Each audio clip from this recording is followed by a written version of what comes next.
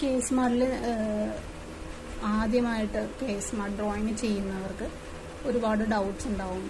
എവിടെ നിന്ന്, എങ്ങനെ, എന്ത് എന്നുള്ള കുറച്ച് ഡൗട്ട് ഉണ്ടാവും. അപ്പോൾ അതിന് വേണ്ടിയിട്ട് ചെയ്യുന്നൊരു വീഡിയോ ആണ്, തുടക്കക്കാർക്ക് വേണ്ടി മാത്രം. അപ്പോൾ അതിനു വേണ്ടി ബേസിക്കായിട്ട് നമ്മൾ കുറച്ച് കാര്യങ്ങൾ ആദ്യമായിട്ട് ചെയ്യുമ്പോൾ വേണമല്ലോ. അപ്പോൾ അതിന് വേണ്ടിയിട്ട് ഇത് കേസ്മാർട്ടിൻ്റെ സൈറ്റാണ്.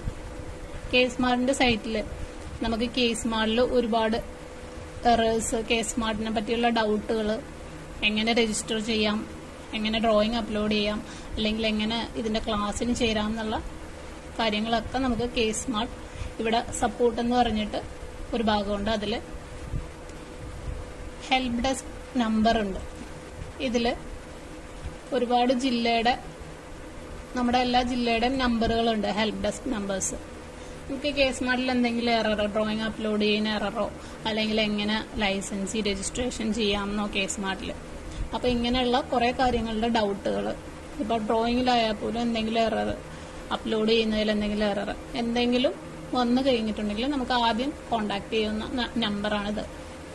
അപ്പോൾ ഈ ഇത്രയും നമ്പറിൽ ഓരോ ജില്ല തിരിച്ചിട്ടുള്ള നമ്പറിൽ നമുക്ക് ഏതാണ് നമ്മുടെ ജില്ലയെന്ന് വെച്ചാൽ അവിടെ വിളിച്ചിട്ട് നമുക്ക് നമ്മുടെ കാര്യങ്ങൾ പറയാം. ചിലപ്പോൾ നമുക്ക് അവിടെ നിന്ന് തന്നെ കാര്യം സോൾവ് ആവും. ഇല്ലാന്നുണ്ടെങ്കിൽ അവർ 1-2 ദിവസത്തിനുള്ളിലോ നമ്മളെ കോണ്ടാക്ട് ചെയ്യും.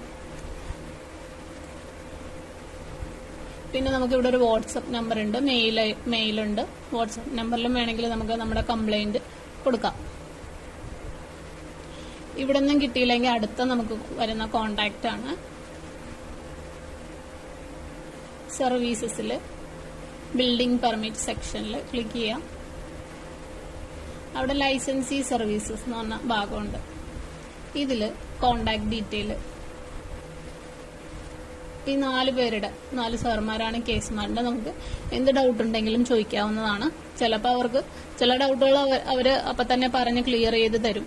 ഇല്ലാന്നുണ്ടെങ്കിൽ അവർ 1-2 ദിവസത്തിൽ തന്നെ നമ്മുടെ എറർ എന്താന്ന് വെച്ചാൽ അല്ലെങ്കിൽ കംപ്ലൈന്റ് രജിസ്റ്റർ ചെയ്യാൻ പറയും. അപ്പോൾ അതിനുള്ള കാര്യങ്ങളെല്ലാം അവർ പറഞ്ഞു തരും. ഈ നമ്പറിൽ നമുക്ക് 4 പേരെയും കോണ്ടാക്ട് ചെയ്യാവുന്നതാണ്. പിന്നെ ഈ സാർമാർ തന്നെയാണ് നമുക്ക് കേസ്മാർട്ടിൽ Monday to Friday evening 4 to 6 class എടുക്കുന്നുണ്ട്. നമുക്കപ്പോൾ കേസ്മാർട്ടിന്റെ ഡ്രോയിങ്ങിനെ പറ്റി ആയാലും കേസ്മാർട്ടിന്റെ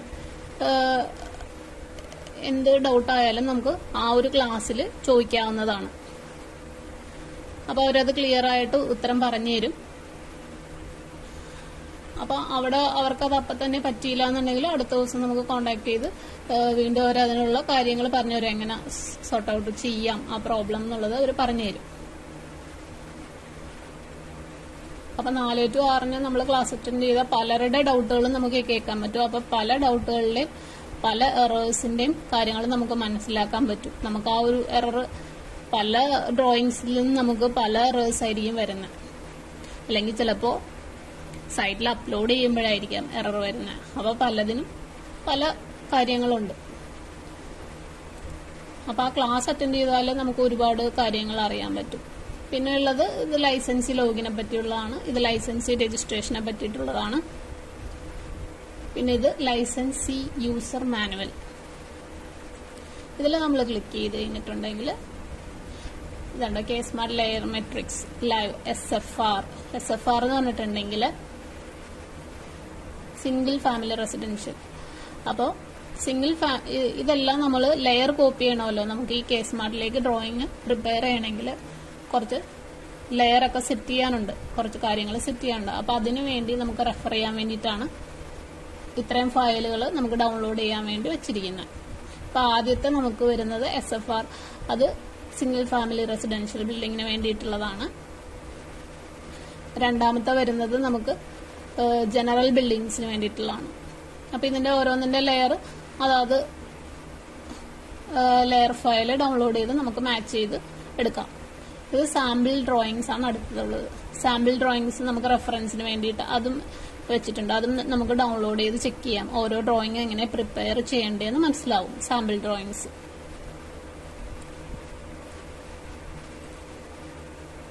പിന്നെ അടുത്തതാണ് നമ്മുടെ ലൈസൻസി ട്രെയിനിങ് വീഡിയോസ്. ഇതിൽ ഒരുപാട് ഡ്രോയിങ്സ് വീഡിയോസ് ഉണ്ട്, എങ്ങനെ ഓരോ ഡ്രോയിങ്ങും ചെയ്യാം. ബിൽറ്റപ്പ് ഏരിയ, ഓക്യുപ്പൻസി, ഷെയ്ഡ് എങ്ങനെ വരയ്ക്കാം, ഓവർഹെഡ് ഇലക്ട്രിക് ലൈൻ എങ്ങനെ കാണിക്കാം, റെയിൻ വാട്ടർ എങ്ങനെ കാണിക്കാം, ഫുട് പ്രിന്റ് എങ്ങനെ കാണിക്കാം എന്നുള്ളതെല്ലാം ഇതിനകത്ത് കാണിക്കുന്നുണ്ട്. ഈ എല്ലാ വീഡിയോസും കണ്ടിട്ടും നമുക്ക് വരുന്ന ഡൗട്ടുകളും കാര്യങ്ങളും ചോദിക്കാൻ വേണ്ടിയിട്ടാണ് നേരത്തെ കണ്ട ആ ഒരു കോണ്ടാക്ട് ഡീറ്റെയിൽസ് ഉള്ളത്.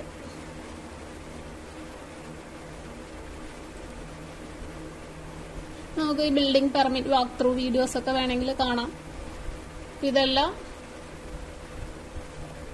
നമ്മൾ ക്ലിക്ക് ചെയ്ത് നോക്കിയിട്ട് നമുക്ക് കിട്ടുന്നില്ല എന്നുണ്ടെങ്കിൽ, ലൈസൻസി രജിസ്ട്രേഷൻ ചെയ്യാൻ നമുക്ക് പറ്റുന്നില്ല എന്നുണ്ടെങ്കിൽ എല്ലാം നമുക്ക് ആ കോണ്ടാക്റ്റിലേക്ക് വിളിച്ച് ചെയ്യാം. പിന്നെ നമുക്ക് ഈ ഡ്രോയിങ് നമ്മൾ പ്രിപ്പയർ ചെയ്തു, അത് ചെക്ക് ചെയ്യണമല്ലോ, അതിനാണ് സ്ക്രൂട്ടനൈസ് ചെയ്യുക എന്ന് പറയാം. നമ്മൾ ചെയ്ത ഡ്രോയിങ് ഓക്കെ ആണോ, അതിലെന്തെങ്കിലും എറർ ഉണ്ടോ എന്ന് ചെക്ക് ചെയ്യാൻ വേണ്ടിയിട്ടാണ് ഓട്ടോമാറ്റിക് ചെക്കിങ്ങിന് ഇടാം. അതിന് നമ്മൾ ലോഗിൻ ചെയ്യാം, ഓർഗനൈസേഷൻ ലോഗിൻ ചെയ്യാം. എന്നിട്ട് നമ്മുടെ നമ്പർ കൊടുക്കുക, സെൻഡ് OTP കൊടുക്കുക. നമ്മുടെ ഫോണിൽ OTP വരും.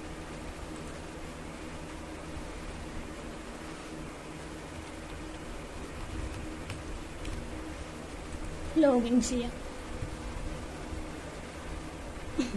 അതിൽ സർവീസസിൽ ബിൽഡിംഗ് പെർമിഷനിൽ സ്ക്രൂട്ടനൈസ് യുവർ ബിൽഡിംഗ് പ്ലാൻസ്, ഇവിടെ ചെക്ക് ചെയ്തിട്ട് വേണം നമ്മൾ ബിൽഡിങ് ഓൺലൈൻ അപ്രൂവൽ തുടങ്ങാൻ വേണ്ടിയിട്ട് തന്നെ. ഓൺലൈൻ ആപ്ലിക്കേഷൻ തുടങ്ങേണ്ടത് ആദ്യം നമ്മൾ സ്ക്രൂട്ടനൈസ് ചെയ്യുക ബിൽഡിങ്, നമ്മുടെ ഡ്രോയിങ്. അതിൽ എററെല്ലാം ഓക്കെ ആയി ഫയൽ ആക്സെപ്റ്റ് ആയാൽ മാത്രമാണ് നമുക്ക് ഡ്രോയിങ് അപ്ലോഡ് ചെയ്യാൻ പറ്റുള്ളൂ, ഓൺലൈനായിട്ട് അപ്ലൈ ചെയ്യാൻ പറ്റുള്ളൂ. ഇവിടെ സ്ക്രൂട്ടനൈസ് യുവർ ബിൽഡിംഗ് പ്ലാൻസിൽ ക്ലിക്ക് ചെയ്യുക. ഇപ്പോൾ ഡിസ്ട്രിക്റ്റ് ഏതാണെന്ന് വെച്ചാൽ കൊടുക്കുക, ഏത് മുനിസിപ്പാലിറ്റിയിലാണോ നമ്മൾ ചെയ്യണോ അതനുസരിച്ചിട്ട് കൊടുക്കുക കേട്ടോ. അപ്പോൾ ചെക്ക് ചെയ്യാൻ വേണ്ടിയിട്ടാണെങ്കിൽ ഇതിപ്പോൾ ഏതെങ്കിലും ഒരെണ്ണം അടിച്ചു കൊടുത്താലും മതി. ഇപ്പം ഞാൻ ഈ ഒരു ഫയല് റഫ് ഇങ്ങനെ ഒരു 10 പോയിന്റ് കാണിക്കും. ഇതെല്ലാം ചെക്ക് ചെയ്യണം. ഇതിലേതെങ്കിലും ഒരെണ്ണം മിസ്സായിട്ടുണ്ടെങ്കിൽ ഫയല് എറർ ആവും, അല്ലെങ്കിലും ചിലപ്പോൾ എറർ വന്നേക്കാം. ഐ അഗ്രി കൊടുക്കാം, കുറച്ച് ടൈം എടുക്കും.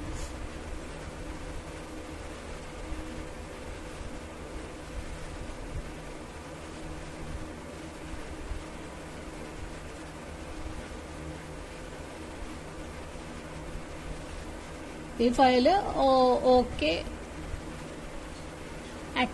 അക്സെപ്റ്റഡ് എന്ന് കാണിച്ചിട്ടുണ്ടെങ്കിൽ നമുക്ക് ഫയൽ ഓക്കെ എന്നർത്ഥം. ഇല്ലെങ്കിൽ റിജക്റ്റഡ് എന്ന് കാണിക്കും. റിജക്റ്റഡ് കാണിക്കുകയും ചെയ്യും, എന്താണ് എറർ എന്ന് കാണിക്കുകയും ചെയ്യും. അപ്പം നമ്മൾ ആ എറർ അതിനനുസരിച്ച് കറക്റ്റ് ചെയ്തിട്ട് വേണം പിന്നീട് ഒരു പ്രാവശ്യം കൂടി നമ്മൾ അപ്ലോഡ് ചെയ്യണം. ഫയൽ അക്സെപ്റ്റ് ആവണ വരെ നമ്മൾ ഈ ഫയൽ കറക്റ്റ് ചെയ്ത് അപ്ലോഡ് ചെയ്യണം. അപ്ലോഡ് ചെയ്ത് ചെക്ക് ചെയ്യണം. ഈ ചെക്കിങ്ങിനിട്ട് ഫയൽ അക്സെപ്റ്റഡ് എന്ന് കാണിച്ചാൽ നമുക്ക് ഓൺലൈൻ ആപ്ലിക്കേഷൻ തുടങ്ങാം, ഫയൽ അപ്ലോഡ് ചെയ്യാം. അല്ലെങ്കിൽ പിന്നെ ഫയൽ അപ്ലോഡ് ചെയ്യാൻ പറ്റില്ല, എറർ കാണിക്കും, എറർ ഫയലാന്ന് പറയും. അപ്പം നമ്മൾ സ്ക്രൂട്ടനി ചെക്കിങ്ങിനിട്ടിട്ട് ഫയൽ അക്സെപ്റ്റഡ് ആക്കണം ആദ്യം.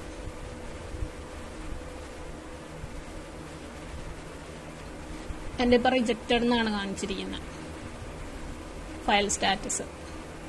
അപ്പോൾ ഇവിടെ സ്ക്രൂട്ടനി റിപ്പോർട്ട് ഉണ്ട്, എന്താണ് എറർ എന്നുള്ളത് ആ റിപ്പോർട്ടിൽ ഉണ്ടാവും. നമുക്ക് നോക്കാം. കണ്ടോ, റെഡിൽ കാണിച്ചിട്ടുണ്ട്. കണ്ടോ, എറർ എന്താണെന്നുള്ളത് കാണിച്ചിട്ടുണ്ട്. അപ്പം ഇതുപോലെ എറർ ഉണ്ടെങ്കിൽ നമ്മളത് നോക്കി ചെക്ക് ചെയ്യുക, എറർ മാറ്റുക, എന്നിട്ട് വീണ്ടും അപ്ലോഡ് ചെയ്യുക എറർ മാറണവരെ.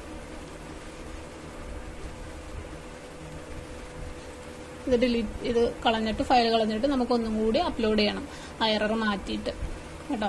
എപ്പോഴും DXF ഫയൽ ആക്കിയിട്ട് വേണം നമ്മൾ സ്ക്രൂട്ടിനി ചെക്കിങ്ങിന് ഇടാനും അപ്ലോഡ് ചെയ്യാനും വേണ്ടത്.